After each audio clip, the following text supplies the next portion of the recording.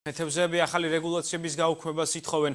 ეკონომიკის და მდგრადი განვითარების სამინისტროს 2013 წლის დადგენილების თანახმად მიმდინარე წლის 1 იანვრიდან ნიჩბენი და ძრავიანი ნავების რაცებით, სამაშველო ჟილეტებით და უსაფრთხოების საჭირო დეტალებით აღჭურვას ითვალისწინებს. ამ ეტაპზე მეთევზეები ზღვაში ვერ შედიან, რადგან შესაბამისი აღჭურვილობა არ აქვთ.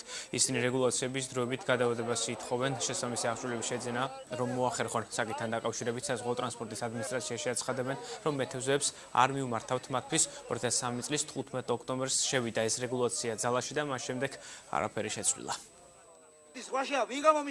შემოვიდა ეს წესი, რომ ასე იგი რაცია უნდა კონდეს ნავზე, ასე იგი. შემოვიდა ეს წესი.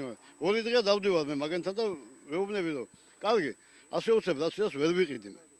ეს უნდა გაიგზავნოს რაღაც და ესე სამი კვირა ერთი თვეც საუნდა რომ ჩამოგივიდეს ცოტა იაფასა თორე.